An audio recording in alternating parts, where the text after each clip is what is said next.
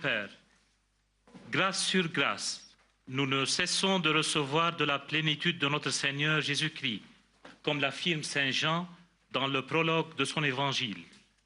Grâce sur grâce. D'abord, la grâce de Saint Charbel, le saint du Liban, dont l'intercession continue d'illuminer les âmes et de répandre sur le monde les merveilles du ciel.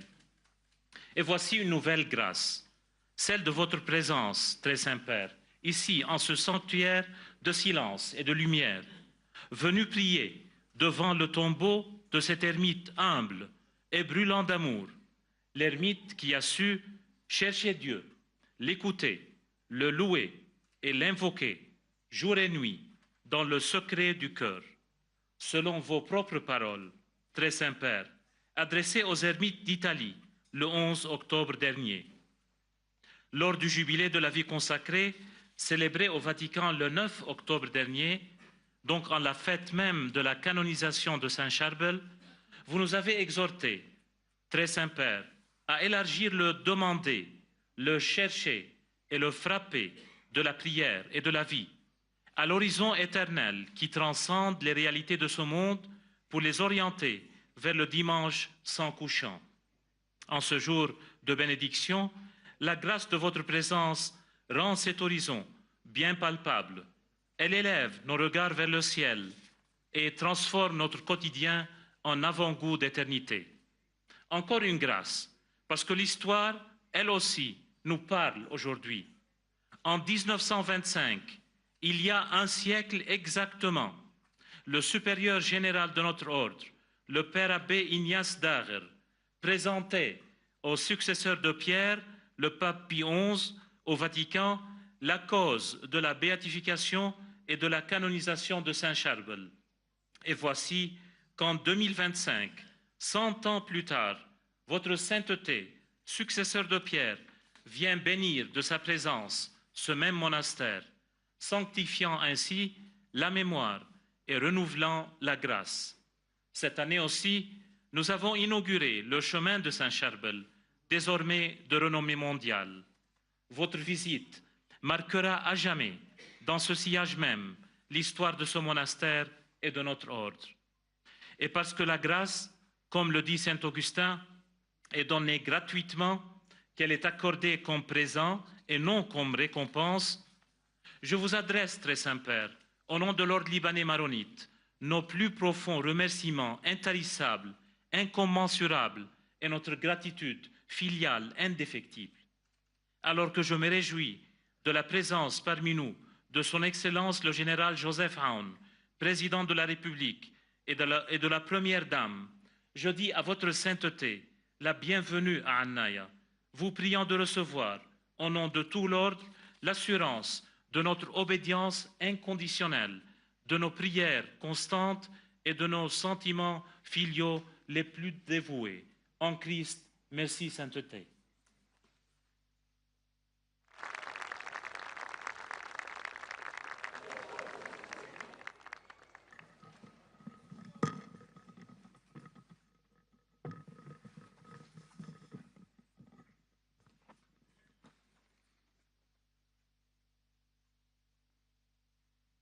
Chers frères et sœurs, je remercie le supérieur général pour ses paroles et pour l'accueil dans ce beau monastère d'Annaïa. La nature qui entoure cette maison de prière nous attire par sa beauté austère. Je rends grâce à Dieu qui m'a permis de venir en pèlerinage sur la tombe de Saint Charbel. Mes prédécesseurs, je pense spécialement à Saint Paul VI, qui l'a béatifié et canonisé, l'auraient beaucoup souhaité. Chers amis, quel enseignement Saint Charbel nous donne-t-il aujourd'hui? Quel est l'héritage de cet homme qui n'a rien écrit, qui a vécu caché en silencieux, mais dont la renommée s'est répandue dans le monde entier? Je voudrais le résumer ainsi. Le Saint-Esprit l'a façonné afin qu'il enseigne la prière à ceux qui vivent sans Dieu, qu'il enseigne le silence à ceux qui vivent dans les bruits, qu'il enseigne la modestie à ceux qui vivent dans le paraître, et qu'il enseigne la pauvreté à ceux qui recherchent les richesses. Ce sont là des comportements à contre-courant, mais c'est précisément pour cela qu'il nous attire comme l'eau fraîche et pure attire ceux qui marchent dans un désert. En particulier, Saint Charbel nous rappelle à nos évêques et ministres ordonnés les exigences évangéliques de notre vocation. Sa cohérence radicale et humble est un message pour tous les chrétiens. Et puis, il y a un autre aspect décisif. Saint Charbel n'a jamais cessé d'intercéder pour nous auprès du Père céleste, source de tout bien et de toute grâce. Déjà, pendant sa vie terrestre, beaucoup venaient vers lui pour recevoir du Seigneur réconfort, pardon, conseil. Après sa mort, tout cela s'est multiplié et est devenu comme un fleuve de miséricorde.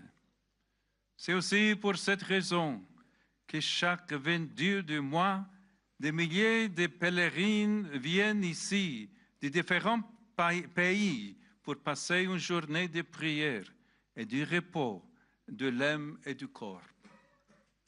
Frères et sœurs, nous voulons aujourd'hui confier à l'intercession de Saint Charbel les besoins de l'Église, du Liban et du monde. Pour l'Église, nous demandons la communion, l'unité. En partant des familles, petites églises domestiques, puis dans les communautés paroissiales et diocésaines, jusqu'à l'Église universelle. Communion, unité. Et pour le monde, nous demandons la paix. Nous l'implorons tout particulièrement pour le Liban et pour tout le Levant. Mais nous savons bien, et les saints nous le rappellent, qu'il n'y a pas de paix sans conversion des cœurs. Que Saint Charbel nous aide donc à nous tourner vers Dieu et à demander le don de la conversion pour chacune de nous. Chers amis, pour symboliser la lumière que Dieu a allumée ici par l'intermédiaire de Saint Charbel, j'ai apporté un cadeau, une lampe. En offrant cette lampe, je confie à la protection de Saint Charbel le Liban et son peuple, afin qu'il marche toujours dans la lumière du Christ. Rendons grâce à Dieu pour le don de Saint Charbel. Merci à vous, en gardez la mémoire. Marchez dans la lumière du Seigneur.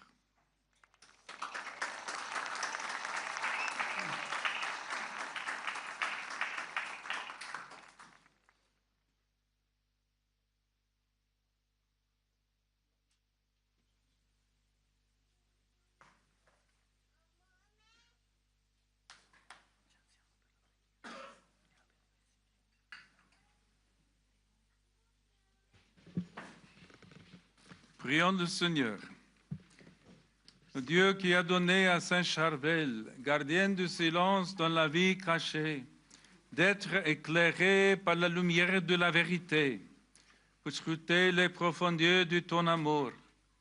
Accorde-nous qui suivons son exemple, de mener dans les déserts du monde le bon combat de la foi et de marcher joyeusement à la suite de ton Fils Jésus-Christ. Que ton serviteur, qui a vécu dans les secrets de la prière et a vaincu les tentations par les armes de la pénitence, nous montre la grandeur de ta miséricorde, qui nous enseigne le silence des mots et la force des gestes qui peuvent ouvrir le cœur, qu'il nous obtienne de Jésus-Christ, qui nous